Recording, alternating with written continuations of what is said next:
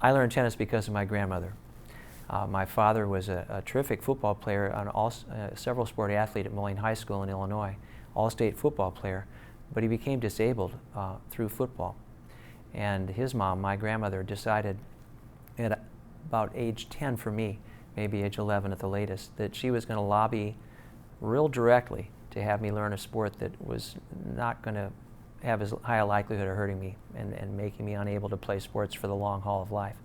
So she started trying to sell me on the idea of going to the park board lessons down at Riverside Park in Moline, Illinois. And the capstone of her lobbying effort was showing me a picture of the King of Sweden, age 83, King Carl Gustaf III, in long pants and long flannel shirt, out there playing tennis. For some reason, that made a huge impression on me because I realized, well, you can play this game your whole life. And that stuck with me. I went to the park board, and it just came naturally to me to play. It went easily. I'd never played tennis before. No one in my family had either. But for some reason, I felt at home out on the court from the very start. So I thank my Nana very much for giving me that boost to begin it. My first tennis exhilaration, other than just going to those lessons and feeling like, wow, this would be fun to play the game, was a clinic that Dr. Don Klotz, the legendary coach from the University of Iowa, gave in either 1959 or 1960, so I was age 10 or 11, and quickly saw that people could be really good at this game and that there were steps to getting there. He was a wonderful teacher and took it upon himself, really at his own expense, to travel all around Iowa and the adjoining cities in Illinois, and no doubt in Missouri and Nebraska too, because he really roved the state, to make tennis accessible to people who otherwise wouldn't have a chance to learn fine points of the game. He wrote a very short book called Tennis Keep It Simple, which came through as a message in his clinics, and I felt like, gosh, I don't have to be a member of a country club or take private lessons. I can learn how to do this.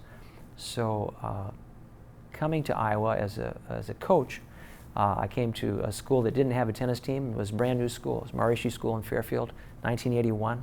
I wanted to have a chance when we had enough years of people graduating to qualify for having a tennis program. And in 1988, spring season began. And so it'll be the 23rd year now coming up in 2010. And it's been a great run. The day after I graduated from Moline High School in 1966, I started teaching tennis. There had been a dormant time of no park board recreation lesson programs for about 5 years up until that moment, and some mothers of little kids who saw my local success in the Quad Cities as a player said, could you organize some summer tennis lessons? And we had 4 or 5 parks, and I was too ignorant to know I should have been scared, and therefore I said, sure, we'll do it.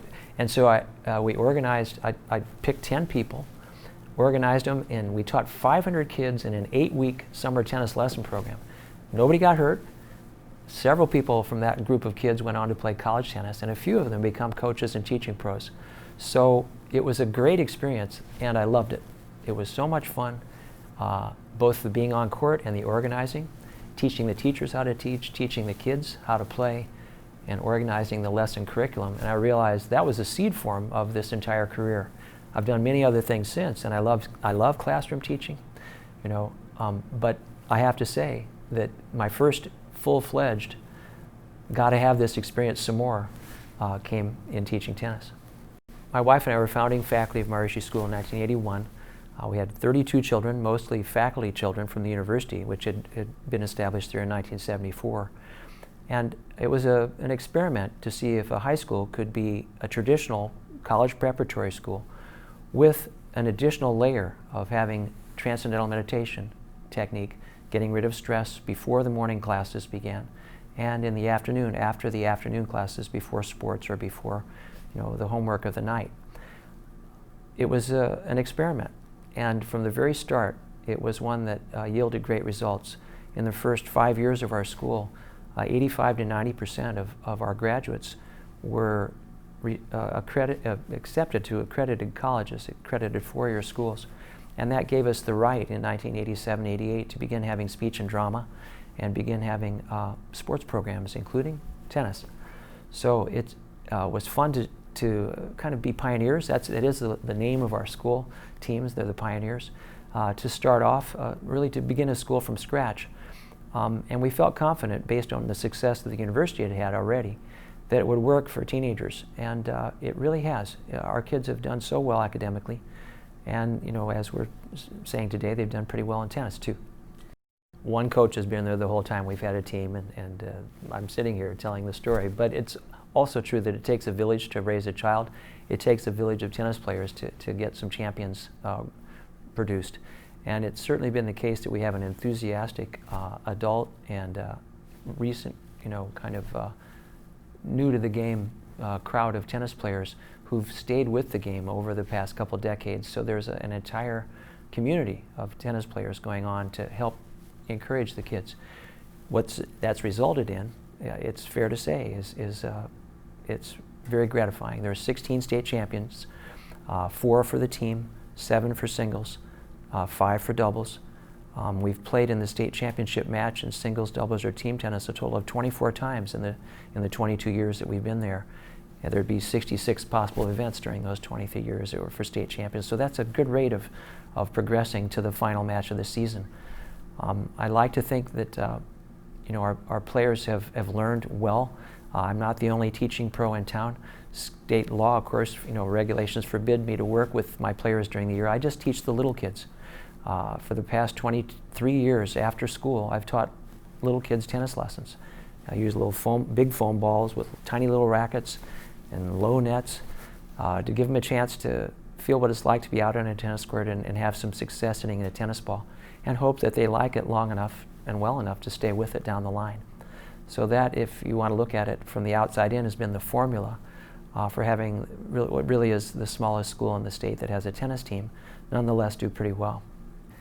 I've been asked, why I haven't gone on to greener pastures, and I say this pasture is mighty green. I like the fact that we're in a school that is chosen by the people who go there, the people who work there, and the people who attend. So there's birds of a feather flocking together. I think that's true of every private school and perhaps every parochial school. But what makes it especially distinctive, and I think magnetic for me to stay at Maharishi School, is that shared experience, not just on the tennis court or in the classroom, but the shared experience of silence, the shared experience of restful alertness twice a day. I enjoy it, the parents enjoy it, the children enjoy it, and we enjoy it together. There's something to be said, the phrase, the wholeness is greater than the sum of the parts. The whole is much greater in this case. There's an amplified appreciation and an amplified understanding and an amplified experience of all that life has to offer when that shared value includes the silence as well as the dynamism of the day. I've taught in public schools, I've taught in parochial schools, and I've taught in this private school, Maharishi School.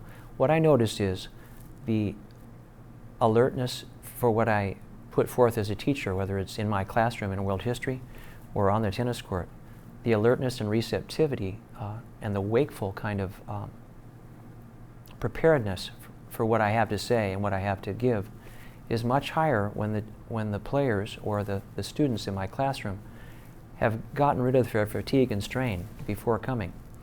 And so without any question at all, because I've taught 15,000 people how to play tennis, for example, and by now it's clear to me that the ability to take in what I have and use it for growth is much higher when the players, the young players, have meditated, when they've gotten rid of the fatigue and tension, when they've gotten rid of the tiredness that clouds their perception. It makes a huge difference on what they can retain.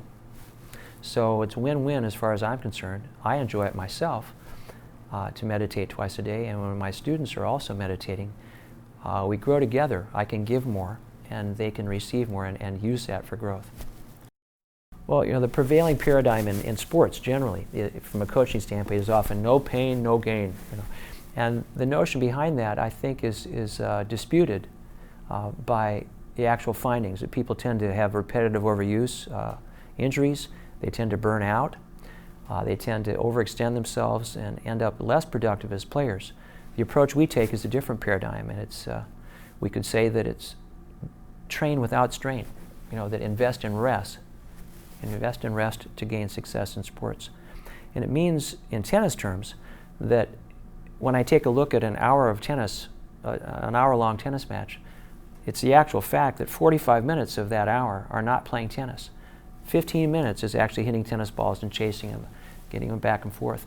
So in the 45 minutes, when we're not playing tennis, time between points, time between games, time on changeovers, time between sets, the person who's able to recharge his physiology, to replenish what's needed physically speaking, and also who can recover emotionally and mentally from the challenge, whether it's the over-exhilaration of having hit the greatest shot in his life or the disappointment of having lost a close game or a close set. The person who can recover emotionally is going to stand the best chance then, physically and emotionally, to play better when they're actually hitting the ball in those 15 minutes out of the hour of a tennis match. So my emphasis then is on training to use those gaps, to gain mastery of the gaps, to take advantage of the opportunity to rest, to return the physiology to a steady state, to do so on the basis, to play then on the basis of balance and not on the basis of being so overly pumped up that fuses are short. I like to say that if you're going to play in the zone, it helps to live there first. It helps to live in the zone first, to play in the zone. And having a physiology that's balanced, that does not have fatigue and strain dominating the day, that doesn't need Red Bull to get through the tests that you have to take, that doesn't need any kind of artificial emotional overstimulation to get ready to play, but is just geared for athletics through gradual and balanced training, is going to find the best chance for success out on the court. If I play Roger Federer, I'm going to lose. I know that. But if I play Roger Federer, and I'm playing with a physiology that's balanced, that isn't carrying a lot of fatigue and strain, I'll play my best.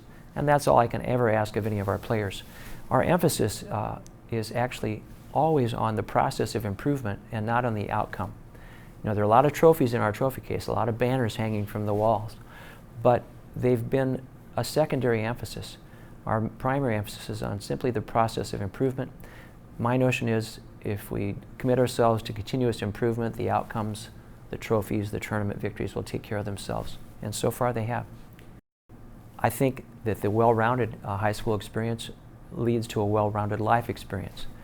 I take pride in the fact that the last 5 years in a row our kids have made to the Final Four, have finished third 3 times, and twice we finished second during that span. During that time we've had guys who've gone on to college to play other sports, to become saxophonists. One guy built a harp, he can play it. Other guys, we have guys who are doing all kinds of things besides tennis or in addition to their recreational tennis as a result of having had this experience be very much exhilarating but not dominating of their lives. You have to be able to play all day, so it's an aerobic sport. You have to have hand-eye coordination. But all of those things being present will not guarantee a person plays good tennis. I think having an even keel, having the ability to recover from disappointment, having the wherewithal to respond in a balanced manner to success actually form a larger component of who will be a good tennis player and who won't. That's why I think the off-court training of getting rid of stress and the taking advantage of the times when we're not actually hitting the ball during a match give a leg up to the player who can regain balance and maintain it during the match. So I would work on the life skills and on the overall physiological foundation for an emotional even keel first to make a champion. And along with that, of course, I have to have somebody who can run and who can hit. We had a total of 6 boys out for tennis our first year. That's the minimum requisite for Iowa high school tennis. Very first match we played versus Albia in Albia. In 1988, one of the boys wasn't in school that day, so we had 5 boys. We got out of the van, we were behind 2-0. We lost number 6 singles by default, we lost number 3 doubles by default, and we had to play. It turned out, it was fortunate, we won the match 5-4 nonetheless. And so that was the well begun is half done, as they like to say. The very first time we went to state and won the state championship, we played schools that were 4 and 5 times bigger than we were. We met one of the teams the night before at a family restaurant, and one guy kind of almost sneeringly challenged one of our guys, well, how big is your school anyway? And we said, well, it's about 45, 50 kids. They said, well, that's not even as big as our graduating class. And our boy came back to the table, and I said, it only takes 6. We beat them. Great. It was in 1999 and 2000. We had state singles champion, state doubles champion, state team champion in the 1A division, both those years. Consecutive year Triple Crowns have happened only once. Triple Crowns have happened for other schools, though, and Dubuque-Wahlert most recently, and before that, Cedar Rapids, Washington. But we'll lay claim to this one item of fame, if that's all right, for now. To hear that I was selected as Coach of the Year for the nation by the United States Professional Tennis Association was one of the happiest moments I can remember. I'm still, they say, at home grinning ear to ear. And it was an honor professionally and a joy personally. I've been playing tennis 50 years. This organization's been around credentialing, teaching pros and coaches for 82 years. The greatest players in the world, Jack Kramer among them.